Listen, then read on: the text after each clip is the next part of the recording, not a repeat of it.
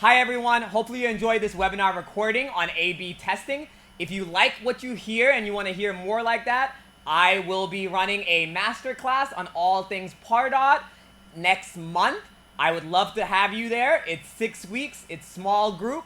You get a lot of one-on-one time and you get to book sessions with me so I can actually go into your instance and help you do a lot of the things that we talk about in the webinar today and the things that we'll go over in the masterclass.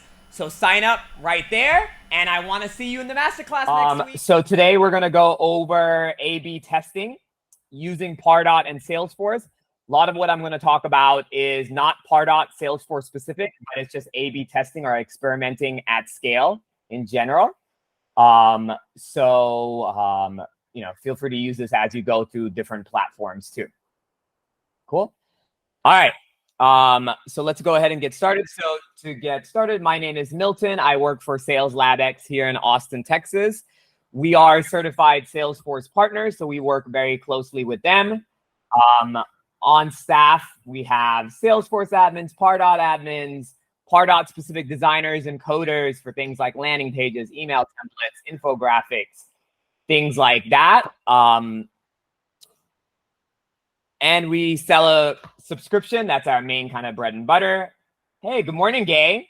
I'm going to call you out publicly. Hey, talking about one of our subscribers. There's Gay. So we have a subscription service where you pay one flat rate every month, and you get unlimited access to all of that talent that I just mentioned to do things like tech stack orchestration, conversion rate, optimized design, and attribution modeling. Let's make this so it doesn't look so ugly, so design doesn't kill me. I will be also teaching a masterclass next month called Pardot Prodigy or Account Engagement Prodigy, if you want.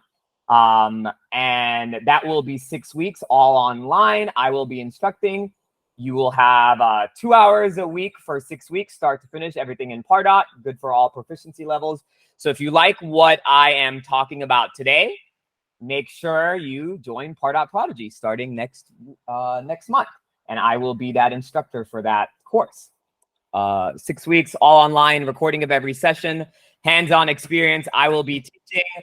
And you get unlimited one-on-ones with me for the 6 weeks. So we can actually go into your live instance and solve things. That is starting next month. Cool. And for the ones that are trickling in, we got a good audience today. Feel free. I love cameras on so I can spy on you.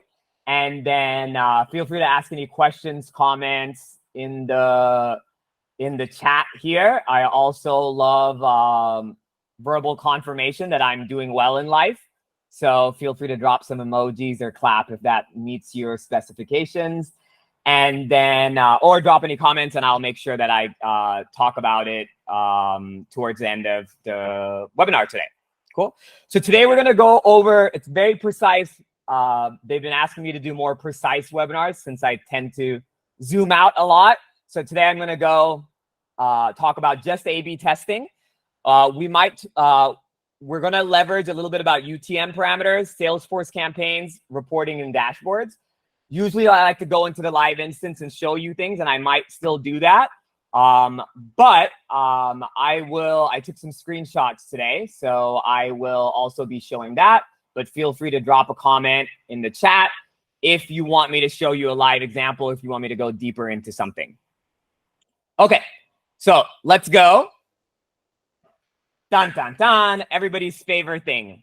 Did I spell that right? Discipline, is that right? Okay, cool. So when we talk about A/B testing, and a little bit of background on me and us, I am a senior strategy specialist here in SalesLabX. So we manage people's Pardot and Salesforce instances. So I'm double certified in the tools, but my full-time job is to go into Pardot and Salesforce instances, hundreds of them over my career, lot B2B, EDU, extended sales cycle, things like that. So I go into these orgs and I work with sales, marketing, and ops to help optimize their system. In my career, I probably generated over $1 billion in pipeline, or influenced, for the marketers that know, influenced over $1 billion in pipeline. So that's my background, and that's the lens I'm coming through. The number one thing I see when A/B testing is the lack of discipline. What do I mean by that? Meaning that because these tools are getting easier and easier to use, and with something like a SLX subscription where you can basically run unlimited tests every month, and we remove all that friction from there, people tend to over experiment. Done, which is a problem of I guess the modern economy, is that people tend to over experiment. So what my recommendation always is to have some discipline around your experimentation. Oh man, we got a lot of people here. Let me close some of these windows here. Okay. Okay. So what do I mean by discipline around experimentation? So let's go into here, right? So anytime you run an experiment, a lot of times what I see is that people want to run an experiment and they say, hey, I want to A/B test this subject line versus this subject line. And then they will go into Pardot, Marketo, HubSpot, whoever, and then they're going to say, I'm going to try this subject line versus this subject line, and it makes it very easy to do. To me, that's not a real A/B test, right? To me, an A/B test always starts with a thesis statement. So what is the thing that you're testing out? What is the theory that you're testing out? And what are you trying to prove? I'm going to approve some people coming in here. These late people. Let's go ahead and click apply. I think I should get an assistant next time. Maybe I have enough audience now. But so you always start with the thesis statement. And then the next step is to try to normalize the variables. And I'll go through each one of these deeper. And then the next step is recording efficacy or effectiveness here, reaching statistical significance, and then iterating. If you're not doing all of this ahead of time, and I'll show you a little worksheet that I like to fill out, to me, that's not effective A/B testing. That's not effective experimentation. Okay. So what does that mean? So in the example that I gave you, where I said, start with the thesis statement, a very easy way to do this that I see a lot of times is A/B testing subject lines. It's something that people do a lot. I think it's still a little bit of a vanity metric, and it doesn't, I don't know. I think optimizing for subject lines is cool, but it's not the best thing to do. It's not the most effective thing. But let's say we're optimizing for A/B testing. And let's say that for the example of today's webinar, we wanted to see if sending the email from me, Milton at SLX, versus SalesLabX, the sender, which one is going to have a bigger open rate? Our thesis was sending from someone's name versus the business name will increase the open rate. That's our thesis statement, right? So we're starting right there at the thesis. Now we have to normalize variables. What does that mean? That means I have to make sure that because I'm changing the sender, I'm not changing the changing the subject line. I'm not changing the pre-header text. I'm not changing the send time. I'm not changing the send list, like I'm doing an even split. I'm normalizing for all other variables except the one variable that I'm testing for. A lot of times people will run an experiment or a test and they just throw everything against the wall, right? So basically, let's say that you're running an A/B test on a Google ad and you're like, hey, or a LinkedIn ad, and you're like, I want to see which has a cheaper cost per acquisition on this LinkedIn ad, going for leadership titles or going for individual contributor titles. So then you go into LinkedIn and you build these two audiences and then you send them both an ad. Cool. Now, if you take them to two separate different landing pages, your test is now bunk. If you take them, if you're spending a different ad spend for two different audiences, your test is now bunk. You have to try to normalize as many of those variables as possible. That is astonishingly a lot harder than people assume. Right? The second thing is recording effectiveness or efficacy. This, I would say, is probably the hardest thing to do when you want to do it correctly. Right? So let's say, for example, a lot of people come to us and they say, hey, Milton, I want to do scoring in Pardot or Salesforce. So I want to say, hey, when they reach this score threshold, I want our sales rep to reach out to them. And then they say it's going to be 100 points and they're going to reach out to them. Or they use terms like MQL, Marketing Qualified Lead. When, and I'm going to call names here. Sorry, it just helps me personalize. So when Nancy reaches 100 points, Nancy is going to get MQL status, and then they're going to get reached out by in sales. Now, how do you track the effectiveness of that? How do you track if 100 points is the right point threshold? You have to have a mechanism to track that effectiveness. This is why people get so obsessed with what we call vanity metrics, open rate, click-through rate, even a lot of times form submissions, because Pardot or Salesforce or Marketo or HubSpot serves these up to you on a silver platter. They say, hey, A/B test this subject line, right? Because it's easy doesn't mean it's the most effective way. So how do you A/B test your lead score threshold? In order to do that, you're going to have to set up a mechanism to track effectiveness. You're going to need to see, hey, when an MQL gets sent to Salesforce as a lead, are you recording the date when they were marked as an MQL? Is there a feedback loop between you and sales to know if that's a sales accepted lead or not? Are you able to check back what is the conversion rate from MQL to SAL based on what their score is? None of this is going to be possible out of the box because Salesforce is a one-in, one-out mechanism, right? So if the score changes, you don't have that timestamp of what that score was, so you can go back and retroactively do a real apples-to-apples comparison to see what is causing that MQL conversion rate to increase or decrease. Right? So there, you have to have a mechanism to record effectiveness. If you have any questions about this for the people who joined later, feel free to put them in the chat. If I'm oversimplifying, if you're like, how do I really do it for this, etc., feel free to put it in the chat and I'll answer it immediately, or I'll go back into the towards then. The next thing is reaching statistical significance.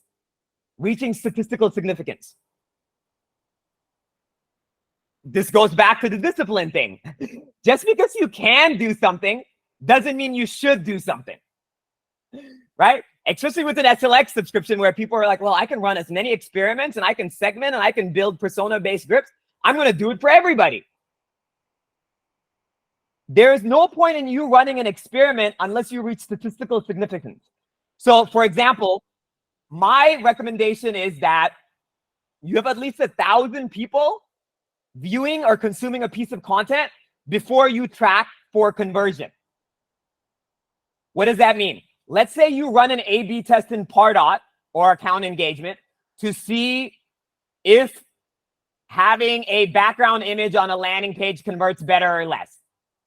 A lot of times what I see is people buy a Google ad or a LinkedIn ad. They send 10 people to that landing page, so 5 on each, and they're like, well, this did better than that.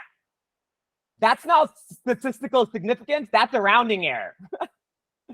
Right? Now, you might be telling me, hey, Milton, do you know the cost of LinkedIn ads? That's like $6 a click.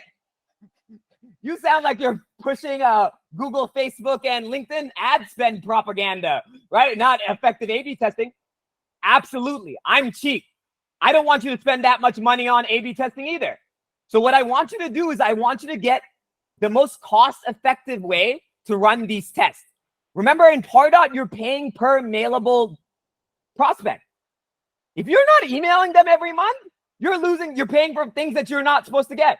And sorry to my Salesforce AEs here, they already got $1 billion building in California. They don't need any more money, right? So when you're running an A/B test, you don't need to, unless you got the budget, you don't really, and it's not exactly 100% accurate, but you don't need to spend the money A/B testing on a Facebook ad or a LinkedIn ad. Go into Pardot, send out an email, and try to test what landing page works better. Then take your winning and then run the Google ads on that. That's how you do cost-effective ad spend. Okay. So that way you can reach that 1,000 mark, that statistical significance, and then you can iterate off of that. The last thing is the iteration cycle. How are you measuring the iteration cycles? Right? So good question, Hunter. I'm gonna answer that in the chat. So the iteration cycle. The biggest issue, one of the biggest issues with Salesforce is because at its heart, it's a pipeline management tool, right? Also, it's built in 1992, JK. But it's very hard to track historical data. It's very hard to do that. So you have to make sure you set up mechanisms in Salesforce to do that. So that example I just gave you of what is the criteria when a MQL converts into an opportunity versus when it gets marked as disqualified. You have to timestamp in Salesforce when somebody gets marked as an MQL. You have to have somewhere, either on the lead, the campaign object, or maybe even in Excel or a Google Sheet, what your MQL criteria was at that day. And then you have to be able to go back and you have to be able to measure at that 90-day window, what was your conversion rate? So then you can slowly iterate on that. Okay. So like for the MQL example, my favorite thing, right? The MQL criteria, you want to make sure, one, you reach statistical significance. What does that mean? A lot of times people come to us and they say, hey, Milton, I want to have a score threshold of 100 points. And then 10 days later, their sales team says, hey, Milton, no, the leads are bad. I want it to be 150 points now. Buddy, it's just been 10 days. That's not statistical significance.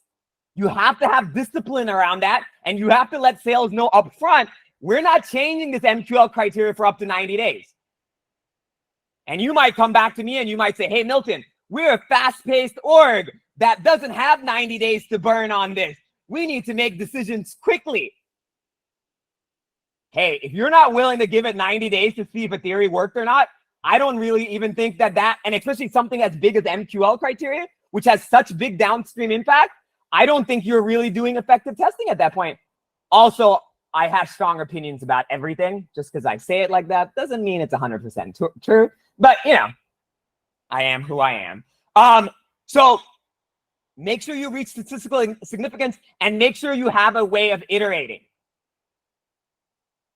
Okay. Now I'm going to give you an example of this that's not Pardot or Salesforce related, okay? It's just me bragging about myself. So you know morning people. We love letting people know we're morning people. So 13 years ago, I had an idea. I was like, oh man, what's the downstream impact of my morning routine? What's the downstream impact of my morning routine? Does having a very scheduled morning routine, and what are the inputs that make a difference, right? So my thesis is waking up at the same time every day impacts my productivity. How do I normalize for my variables? For some of y'all who have come to my other webinars or have a subscription with me and talk to me on a regular basis, you know, I have 7 of these shirts and I wear them every day, or 5 of them, right? I wear them every day. Why?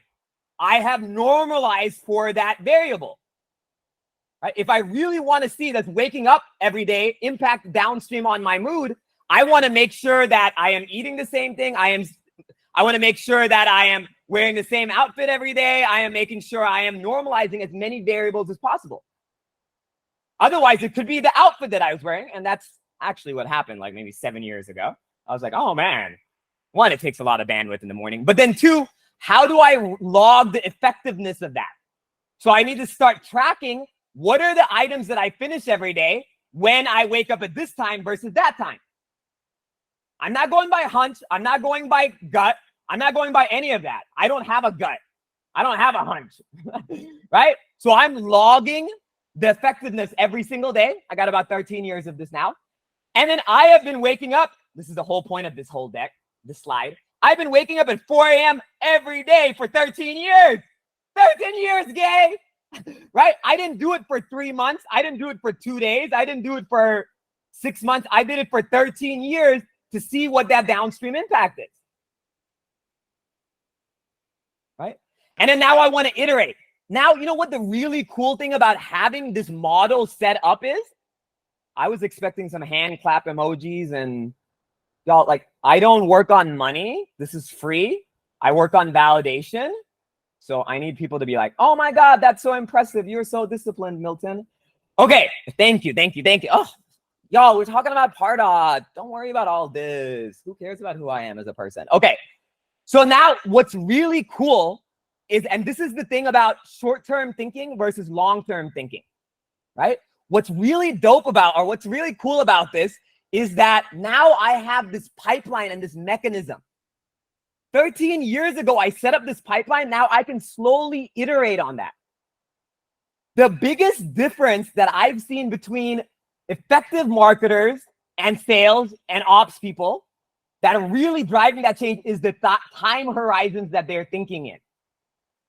If you're thinking, I want to check the effectiveness of this email, you're thinking in a 1 week time horizon. If you're thinking about, like, what is the effectiveness on this messaging on this persona? That's maybe a monthly or a week, quarterly time horizon. You have to zoom out. The really cool thing about this is that over the last 13 years, because I set up this mechanism to iterate, this pipeline, this engine, we like to call it the SLX engine, right? We come in and we set this up for people. We come in and we set up this engine. A lot of times we come in and 90 days in, they're like, hey, we ran these experiments, we didn't see any results, or 30 days in, now we do have time to value, and we're trying to get people results faster because that's what they want. But hey, we're setting up the infrastructure so that you can effectively run these tests. Right? Now, oh, this slide goes up below this slide. Here we go. Now, when you do this, always try to measure full funnel impact. My wife makes fun of me about this, right? My wife is a notoriously non-scheduled, what is it called? Night person, right? And I never actually met someone like that who was super productive and made dope stuff in their life, but my wife is one of those people. So she always makes fun of me because I'm like, who cares if you wake up at 4 a.m. when you fall asleep if we go to dinner past 8 p.m.? I literally just start falling asleep, right? There's that downstream impact of every decision that you make. So the problem sometimes with the methodology I'm telling you right now is that, and I've faced this before, is that when you're not zooming out enough and you're isolating for one variable at a time, it's very easy for you to get false positives. It's very easy for you to get false positives. So you could think that you're making a lot of impact in top funnel, but it's creating chaos downstream. The biggest reason I see that is misaligned KPIs and short-term thinking, which is, my two favorite time, maybe because I come from India, a long-term thinking country, but so an example of this is, have you ever gotten a email or a thing of like, hey, come to this webinar and we'll give you a $50 Amazon gift card? Right? Or come to this webinar and you'll get blah, blah, blah. Now, I'm not even going to talk about that because I have seen it and we have launched those effectively, right? But let's say 7 times out of 10, that's come because there is a part of an org that is being measured by purely demos or quotes generated. And they don't care about the downstream impact, or there's no way to track the downstream impact. Because if you don't have full funnel attribution set up in Salesforce, you can't effectively tell. And I've worked in a lot of public companies. I've worked in a lot of VC funded companies. A lot of VC comes in. A lot of PE funds like hire us and, make us kind of like drive efficiency. And a lot of times what ends up happening is that they come to us and they say, hey, I need a 30% increase in demo requests per month so that we can show growth downstream. So then it's like, hey, get demo requests by any means necessary. Get a free puppy. Now the really cool or scary is, since we deal with a lot of extended sales cycles, it's very easy for CMOs, CROs, equity firms to show a bump in that demo, and their sales cycle is 9 months long. Ah, yay! And then the sales reps say, well, we have a really complicated, obscure sales process, so it's really hard for us to tell what the impact of that is. Awesome. Now you can't tell all the downstream impact. You're going to pump it with bad MQLs, and that metric is going to look high. Right? Shout out to the subprime mortgage crisis, right? I mean, this is all of capitalism really encourages this type of myopic, one at a time, short-term thinking, and it creates so much chaos downstream. Now, if you're a CMO who has an equity exit, talk to me, because I'll get you whatever numbers you want. Right? I mean, incentivize, right? So now let's go. Well, I'll show you this right here. This is the thing I talked about before, which is, and remember, this is recorded, but feel free to take a screenshot. Whenever I run a test, this is kind of the things that I want to think about.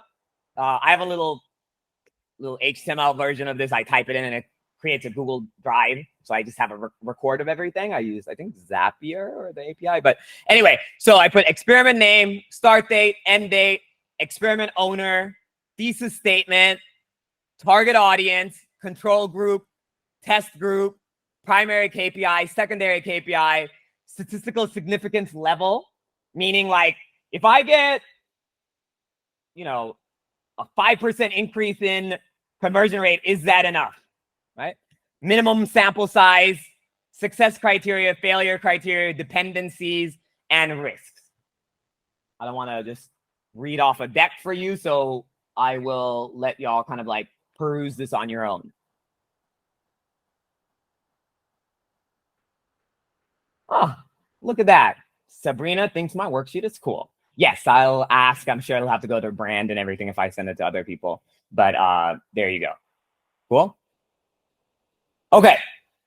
Now, what is an impact? What is a way that is very, oh, look at that. Oh, okay. Everybody's saying hi. Okay. So what's the way that this gets, that short-term thinking or that downstream impact, what's a very easy way, even anybody who doesn't have metrics downstream can see this impact, and something even I am actually guilty of.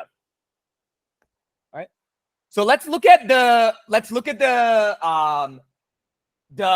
metrics for this, and the numbers are going to look low because we didn't let it fully generate, but let's look at this for a second, right? So you can see here, we have some variations of the subject line that we've tested for this webinar. Now, a lot of times what people do is that they measure this right here, open rate. Right? See that?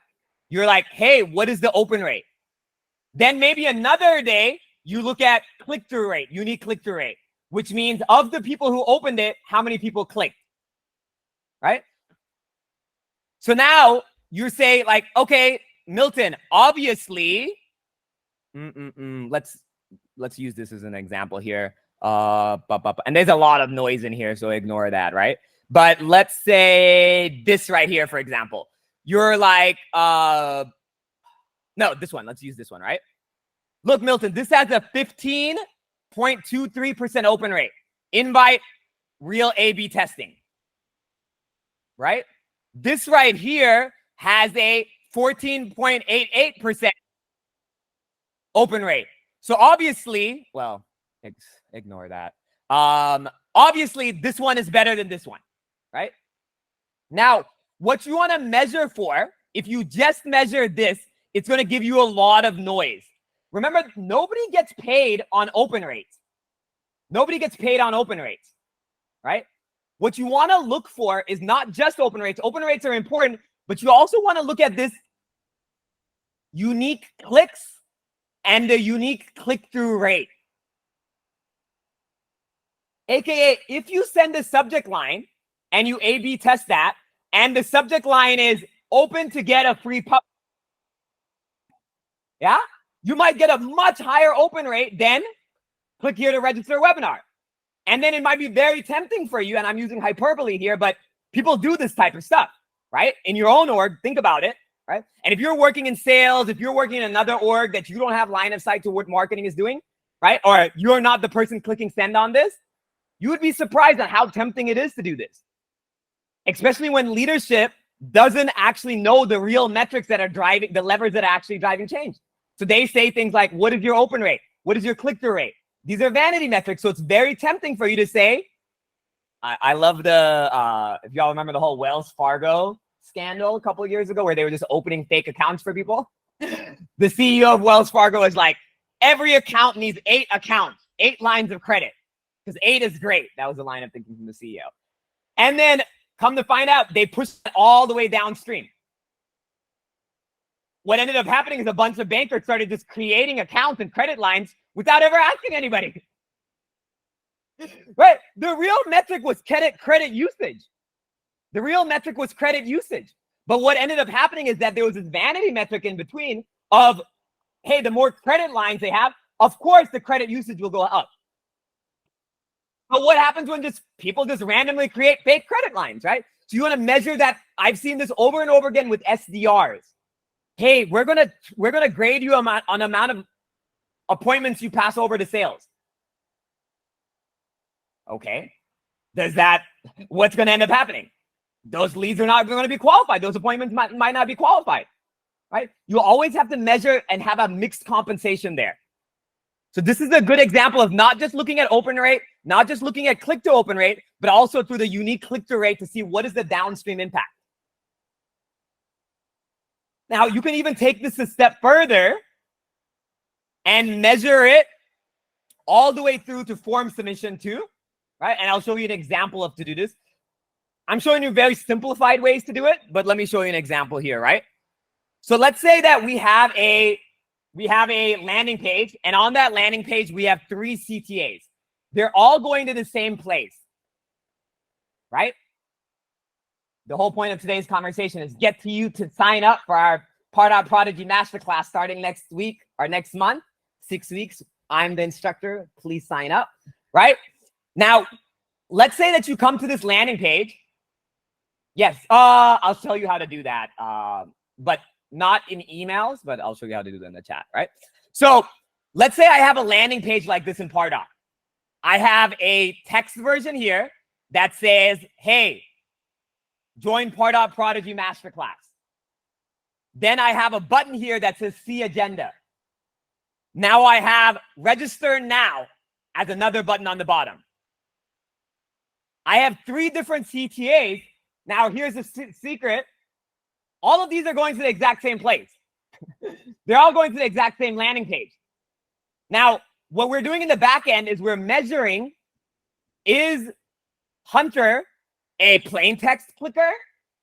They're a group of people who are like, hey, I don't like CTAs, right? I don't like the mains. There's a whole group of people who will never click on a Google ad. They see a Google ad or a LinkedIn ad, and then they open a new tab and they type in the web address. We call those Neos in the matrix, right? They don't want to be part of the matrix, right? So there's a whole sub funnel for that. So whenever you run Google ads or Facebook ads, you always want to look at how your organic traffic also increases at that same time. Because when somebody goes through your direct website, it shows up as organic traffic. So many CMOs I go and work with are leaders. They're like, my Google ads aren't working. My Facebook ads aren't working. They turn it off. And then they're like, man, what happened 6 months ago? All my organic traffic died. It's because there was a whole subset of people that were seeing the ads, but they were opening a new type and typing in SalesLabX on there, right? There's a whole group of people that will never click on this button. They might click on the text version because they think that's not being tracked. So that's one audience. And if I know who that audience is, I'm going to send them dynamic content and I'm going to segment them differently. There's another bit of an audience who's a little bit more commitment phobic, right? They don't want to they're not ready to register now, but they maybe want to see the agenda. Now, this landing page has all of this information on it.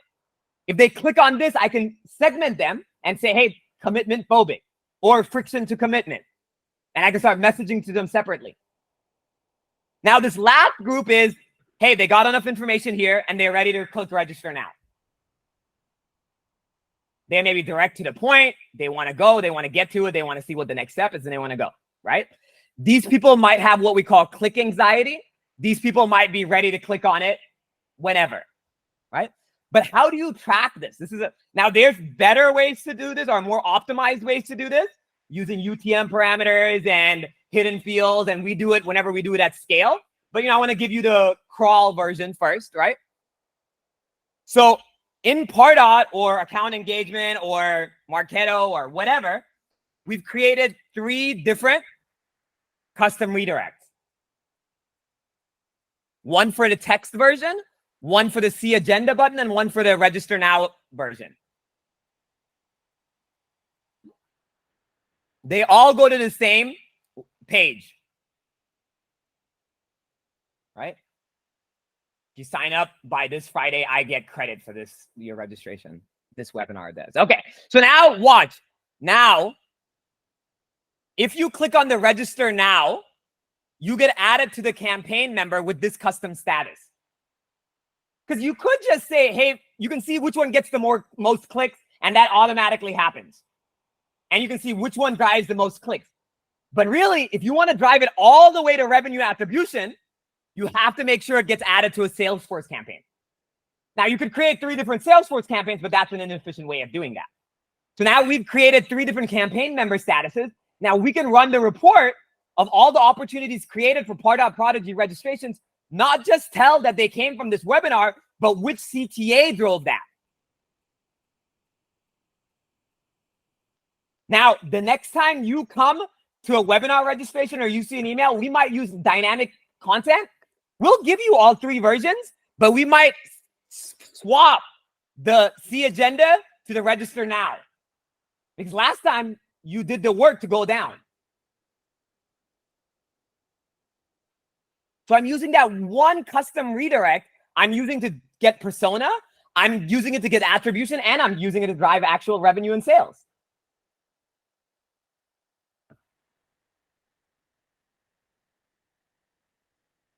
Let me pop open my chat here. Let me see what questions we have. While I do that, let me finish this up, right? We got what? 5 minutes, and I can open it to questions. Okay. This is just my random thing. I think one of the best things you can do for a human being is make them feel like a little part of the world is built just for them, just with them in mind. I just think it's such a beautiful thing. I think it's a special thing. I think it's just something that makes somebody feel like wanted, needed, cared for. And I don't know. I love when, and with marketing and marketing automation, you can do that at scale and you can actually see that it's working. To me, that's awesome. You'll notice something that I talked about in the one example that I gave you. You can use the same framework that I just gave you to see, like, will VPs convert better or will ICs convert better? Will CMOs convert better or will VPs? That's cool. And you should do that. Today, if I had one thing that I would be segmenting by, it would be title and company size, maybe. But when you're ready for it, I want you to take it up a notch. I want you to take it up a notch. And I want you to really think through what are the different types of personas that we're talking to. Yeah. What are the different types of personas we're talking to? How do we identify them? The skimmer, the reader, the busy, the data-driven, the emotional. Who are the types of people that we're talking to? The overwhelmed business owner, the new sales leader. Who are the people that we're talking to? And how do we message to them? Right? Some of the things that I like to do is, does this person like to talk about bullet points? Do they like to consume information in bullet points or in long form content? Let's track that. Gender, whatever paradigm you build on that, there's a lot of gender APIs out there right now.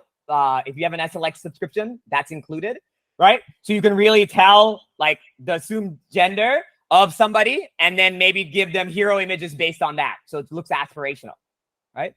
Images in the background image. If you know the state that they're in, if you know the region they're in, if you know, let's try to personalize based off of that.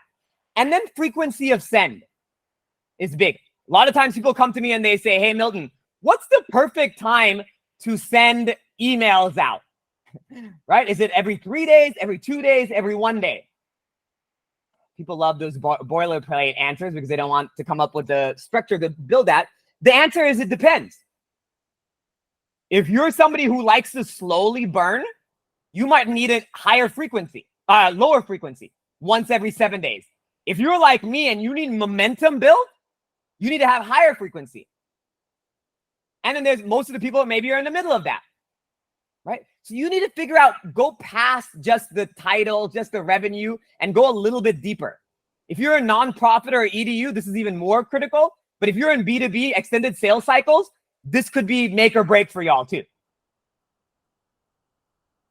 Cool. Oh man, always run out of time. Okay, I will answer the questions. Actually, I will open it to hand raises first, and then we'll go into the questions in the chat second. But if you raise your hand, you have to say your question out loud.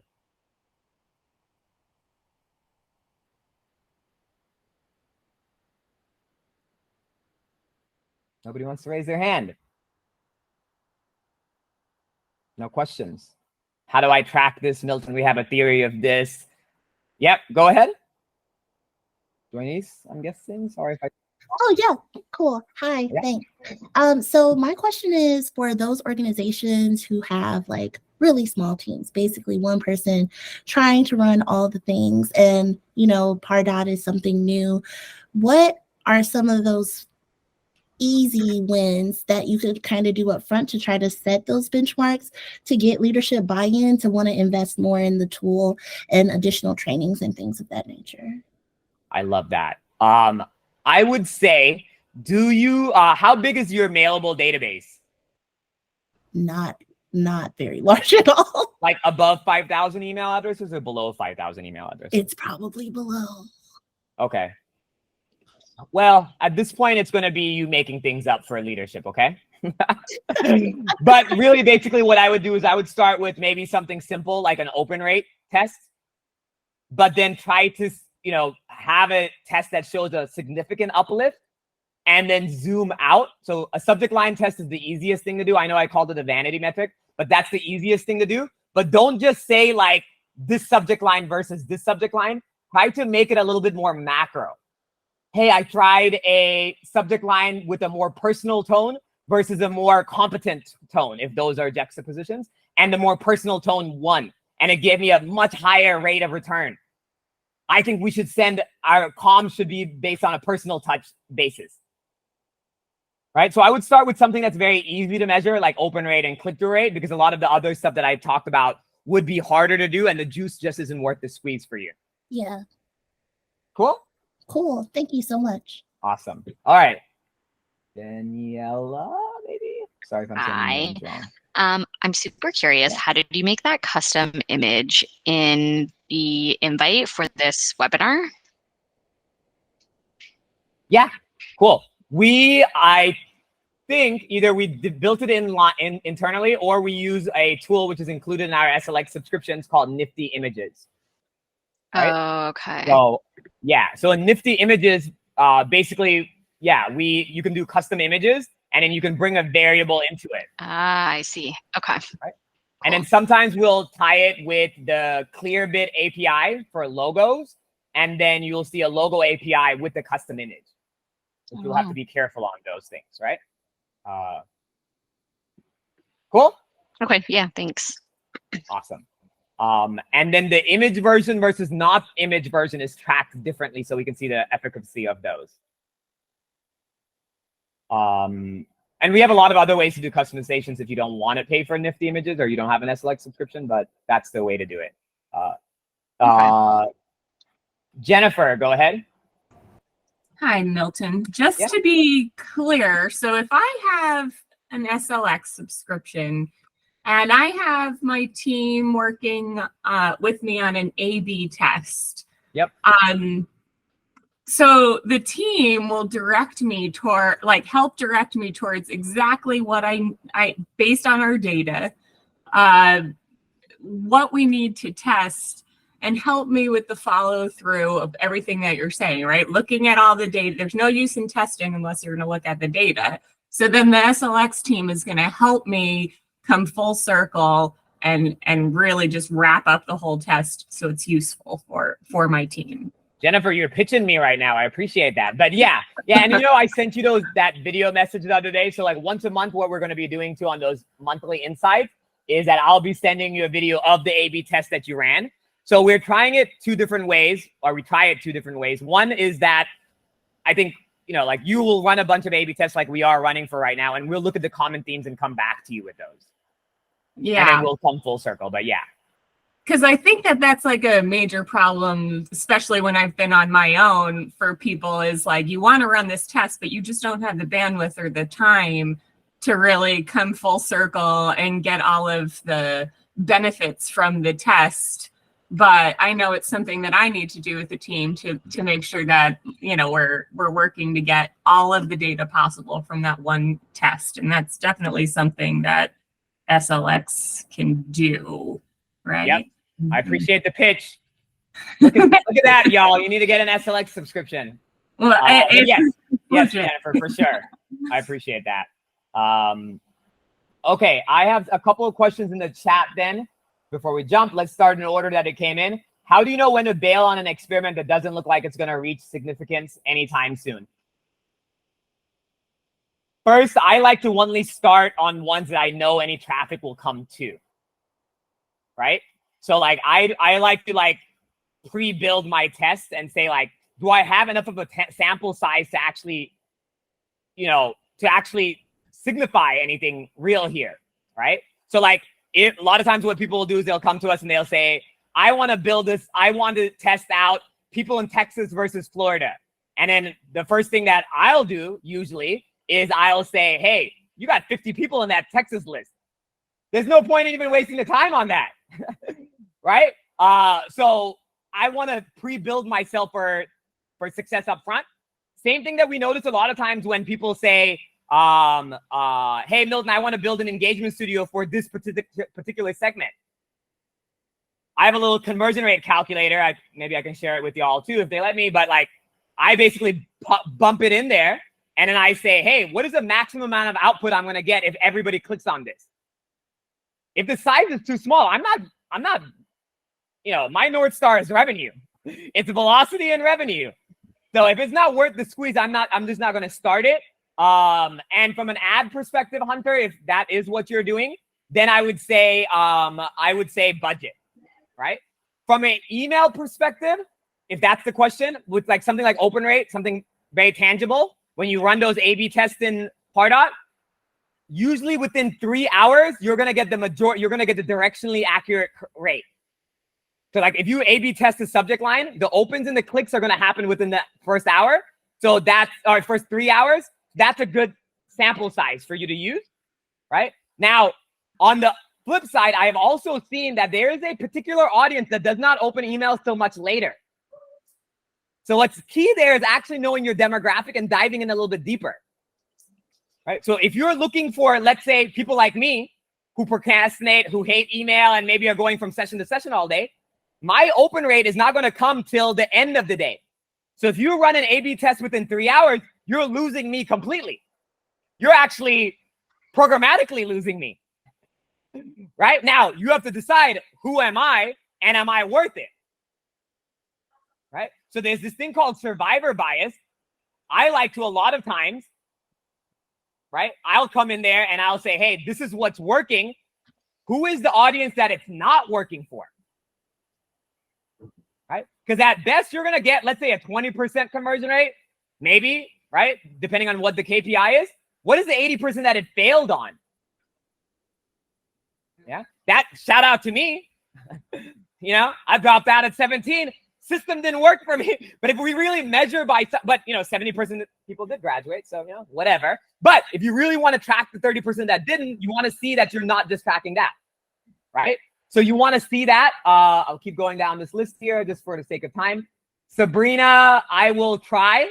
If it's not part of the recording, maybe I'll send it later. A/B testing with just email is not possible with the Lightning Builder. One of the many reasons I don't like that Lightning Builder. But you can always just split a list in Pardot into two and just send out 2 different emails. I don't like it, you know.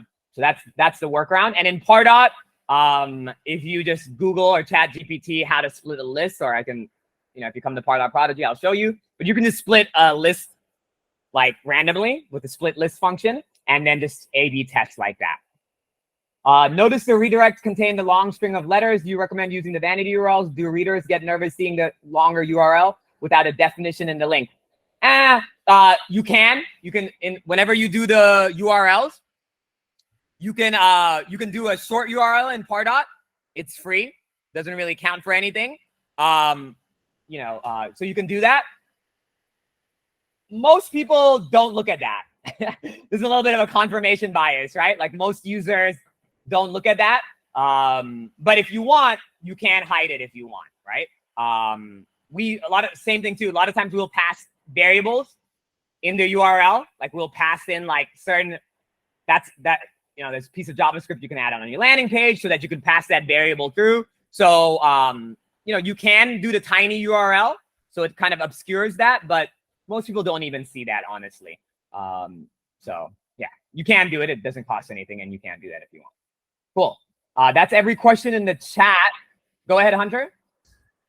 Hey there. Thanks for answering the question on significance. I guess the biggest question I have is like we're testing different Pardot landing pages for our emails, right? And we're getting lots of traffic to them, but there's one that we've tested for. I'm looking at one that we've tested it for 60 days, and it's got 75,000 hits per page, and the conversions is like 15 and 20 different, and so like it's obviously not statistically significant, but wait, we're kind of asking do you mean 15% to 20% or 15 people to 20 people? No, it's like 15 to 20 people. Like I'm looking at the difference between 920 people versus 905 people for something that we've tested with a lot of people for a long time. So I guess our question is, okay, in that world where we are seeing a lot of stuff, at what point is it kind of like, okay, these are essentially the same, like we need to go test something that is actually going to be different instead, versus like we need to keep testing this until we know one is better? Yeah, I mean, so when I do this, I want to, with the amount of volume you have, let's zoom out and let's look at percentages, right? So the conversion rate on, let's say, version A is 10%. The conversion rate is on the other one is 20%, right? That increase, and how you do the math is, always matters.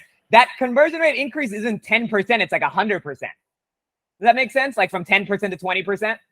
Yeah.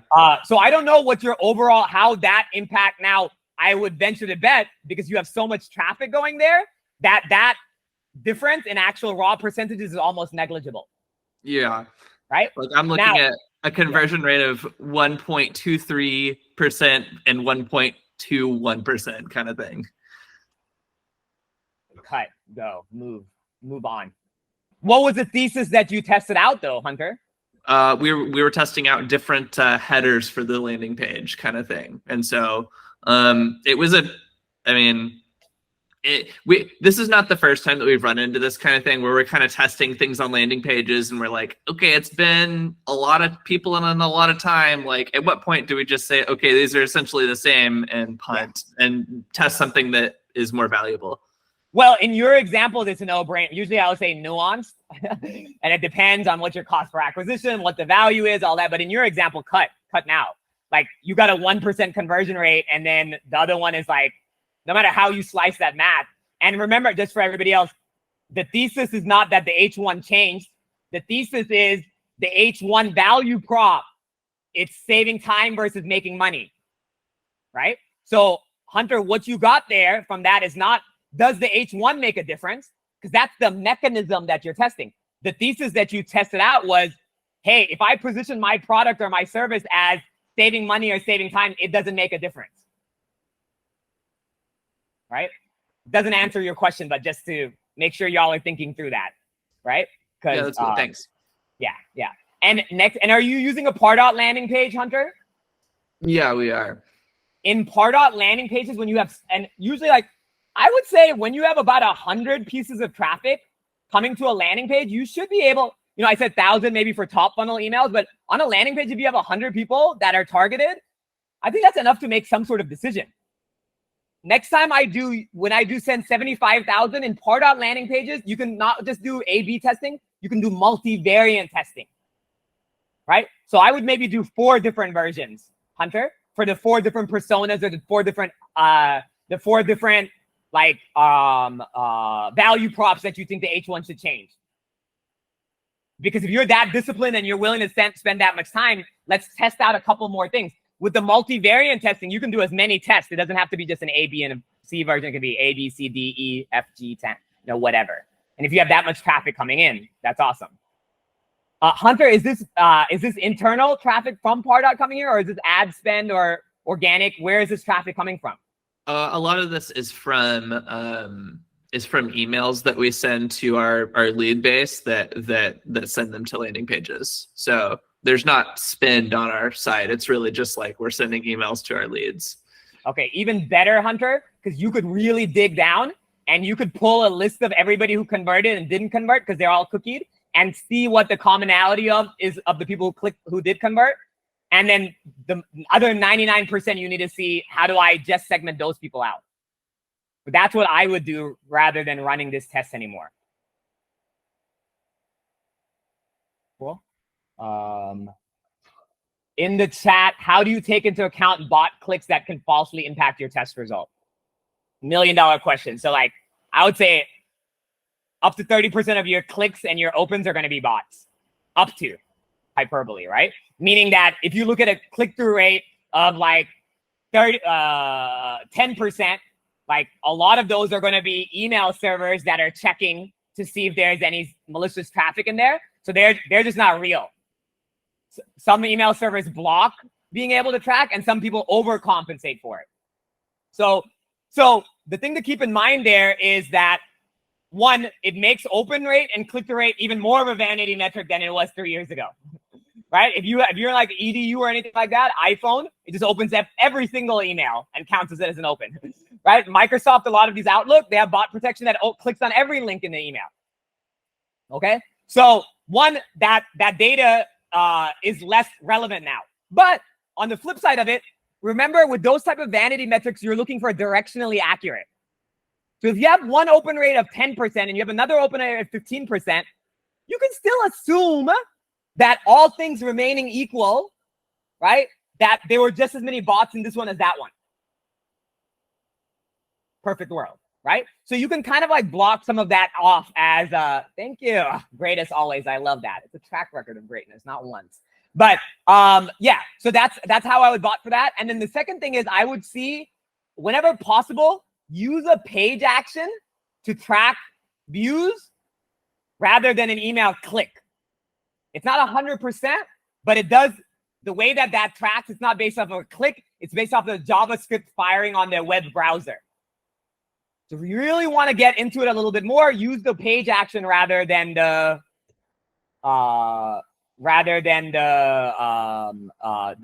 click. Especially for things like tasks, like calling leads and sales for sales reps, because you know they're going to find the one that wasn't a real, and they're going to say everything is bad.